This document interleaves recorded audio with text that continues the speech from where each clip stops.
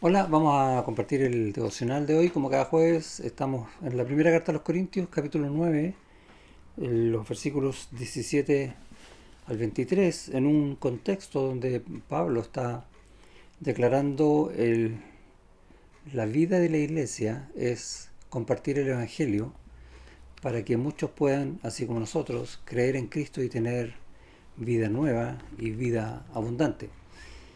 Vamos a orar.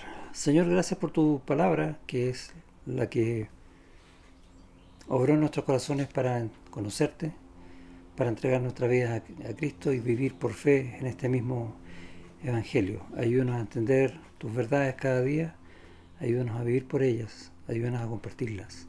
En el nombre de Jesús, amén.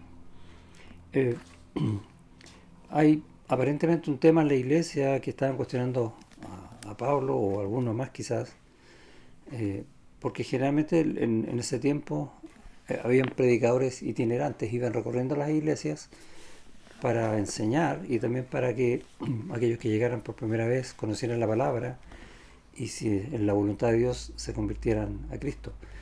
Entonces el tema es quién lo financiaba y un poco es lo que estaba atacando antes para hacernos ver a nosotros que si bien tenemos que ser buenos administradores de todas las cosas que el Señor nos da, incluyendo los recursos que nos da por medio de la iglesia, no se trata tampoco de ir al extremo de cuidar los recursos de tal manera que dejemos de financiar la obra del Señor. Suena como un contrasentido, pero el punto es que es lo más importante. Eso es lo que está reflejando Pablo en el contexto de esa iglesia en ese tiempo, como les dije, cómo funcionaba la predicación, especialmente en la ciudad de Corinto.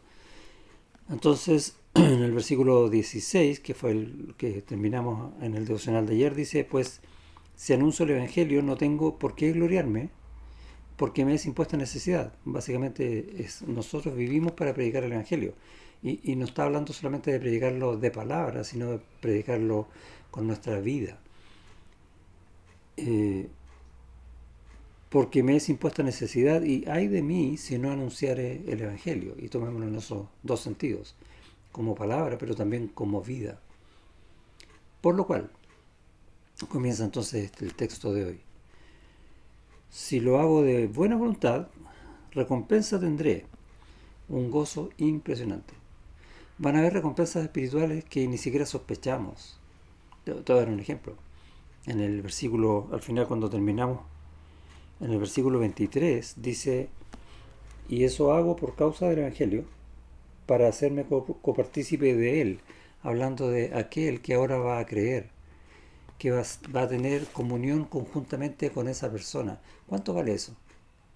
Si tuvieras que ponerle un precio, y es una aberración lo que estoy diciendo, ¿cuánto vale para ti tener un nuevo hermano? Entonces, si no estamos viendo nuestra vida en el Señor de esa manera, es porque aún estamos inmaduros. Y eso es lo que va a decir el texto. Alguien que es inmaduro en la fe va a estar preocupado de las cosas de aquí, mayormente, de este mundo, y de sí mismo.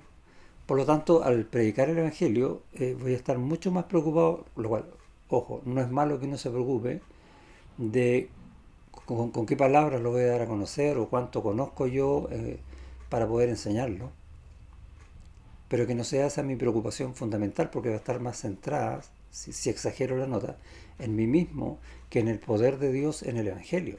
Y el mismo Pablo había dicho, o va a decir después, en la carta a los romanos, no me avergüenzo del Evangelio porque es poder de Dios para salvación.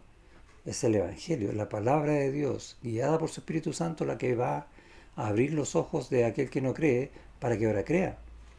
Al judío primeramente y después al griego. Y un poco va a retomar esta idea acá en cuanto a con qué corazón estoy viviendo yo el Evangelio para transmitir ese Evangelio, sea de palabra o sea de hecho. Y si lo estoy enfocando en mí, qué tan bueno soy yo para hacer estas cosas, entonces estoy siendo inmaduro. Y el tema es, no, deja que el Señor hable su palabra, pero que te use a ti.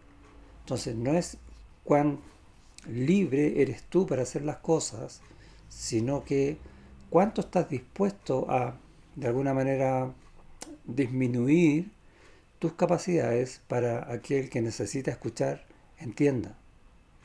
Por ejemplo, en el contexto, si es judío y dice me hago judío para los judíos, y no es que él se transforme en judío, recordemos que él es judío, no está diciendo eso, sino que va a decir yo no voy a aplicar mi libertad en cuanto al Evangelio por sobre los ritos judíos, porque voy a pasar a llevar cosas que a lo mejor a esa persona le duelen o aún no las entiende.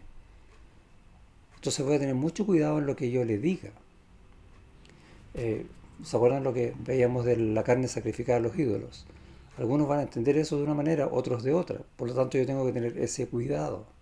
Lo mismo cuando vaya a los gentiles, me hago gentil a los gentiles. Entonces, claro, siendo Pablo judío, no va a establecer cosas judías sobre los gentiles. Y nos acordamos del concilio que hubo en Jerusalén, narrado allá en Hechos capítulo 15, donde determinan no ponerles cargas adicionales a los gentiles, porque ellos no eran judíos, no vivían de la ley, sino que lo que tendrían que entender es esta nueva ley que es la ley del amor de Cristo. Hacia allá está apuntando entonces este texto. Por lo tanto, mi preocupación deberá ser que en mi mayor madurez espiritual yo voy a predicarle a un niño como a niño. No le voy a tirar toda la teología encima porque no va a entender.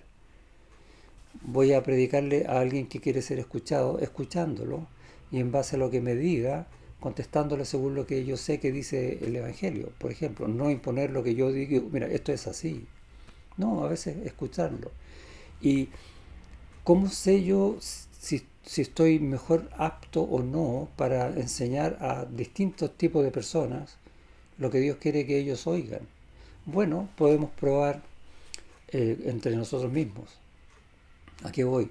Que nosotros nos juntamos al menos una vez a la semana, los días domingos en la iglesia, y nuestras conversaciones a veces giran en torno a cosas mundanas.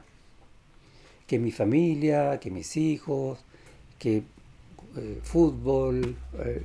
No son conversaciones que en sí sean malas, pero cuando cada vez que nos juntamos todo el tiempo hablamos solo de esas cosas y no de las espirituales, entonces estamos perdiendo una oportunidad preciosa de ayudarnos, de compartir. ¿Sabes qué? A mí me gustaría hablarle el Evangelio a un familiar, pero no me escucha por tal y tal causa, y yo tal vez tengo, mira, velo por este lado, etcétera. O hazle estas preguntas para que vea en respuestas que hay en la Biblia. Tantas formas ricas que Dios mismo tiene en su palabra de mostrarse a Él usando su Espíritu Santo en el corazón de aquel que va a escuchar. Aprovechemos el tiempo que estamos juntos en cosas espirituales, porque necesitamos trabajar en esto que nos es impuesto, predicar el Evangelio. Y no de la mejor manera como lo pensamos como hombres, sino que de la mejor forma que Dios ha diseñado para llegar al que Él quiere. Y a veces nosotros no estamos aptos, a veces estamos inmaduros. Aprovechemos el tiempo, aprovechemos a hablar de estas cosas, de nuestras necesidades espirituales, de cómo llegar a otros. Es muy bueno, es de gran bendición, y vamos a poder ser, como dice al final, copartícimes con nuevos miembros de nuestra familia. Qué precioso evangelio. Dios te bendiga.